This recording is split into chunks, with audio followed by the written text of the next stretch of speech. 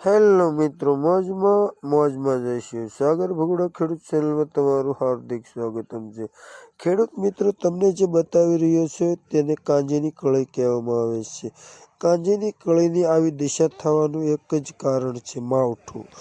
માવઠાએ આટલા બધા ખેડૂતને હેરાન કર્યા છે કે કાંજી કહેતા ડુંગળી કહેતા ઓનિયન કહેતા કાંદાની સિઝન હતી અને ખરેખર વાવેતર કરવાનો સમય હતો. ત્યારે બરોબર માવઠું આવી ગયું છે. એટલે ખેડૂએ જે કળી બળી તોડેલી હોય છે, કાંજી તોડેલી હોય છે, એને પછી રોકી દેવામાં આવે છે અને મૂકી દેવામાં આવે છે. માવઠું રહી જાય તો કે પાછું વાવેતર કરી નાખીએ છીએ.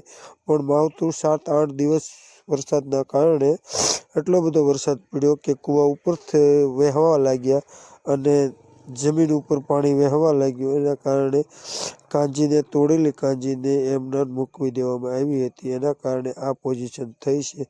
તમારી નજર સામે તમે જોઈ શકો છો ખેડૂત મિત્રો.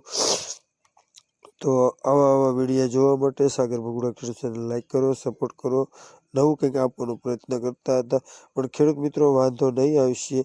આને તડકે રાખીને 2-3 દિવસ સુકાવા દઈશું, એટલે જે કાંઈ બગડેલી છે 2-3 ધાબળી 5 ધાબળી તે સારી થઈ જશે અને બીજું આગળ આપણું વાવેતર પાછું થઈ જશે. થોડીક નુકસાની તો વેઠવાનો વારો તો તમને મને બધાને ખબર જ છે. સાગર ભગુડા ખેડૂત ચેનલ સપોર્ટ કરો, લાઈક કરો. ખેડૂતના દીકરા CS સાહેબ શું કરશું? આજ નહીં તો કલ નહીં તો વર્ષો.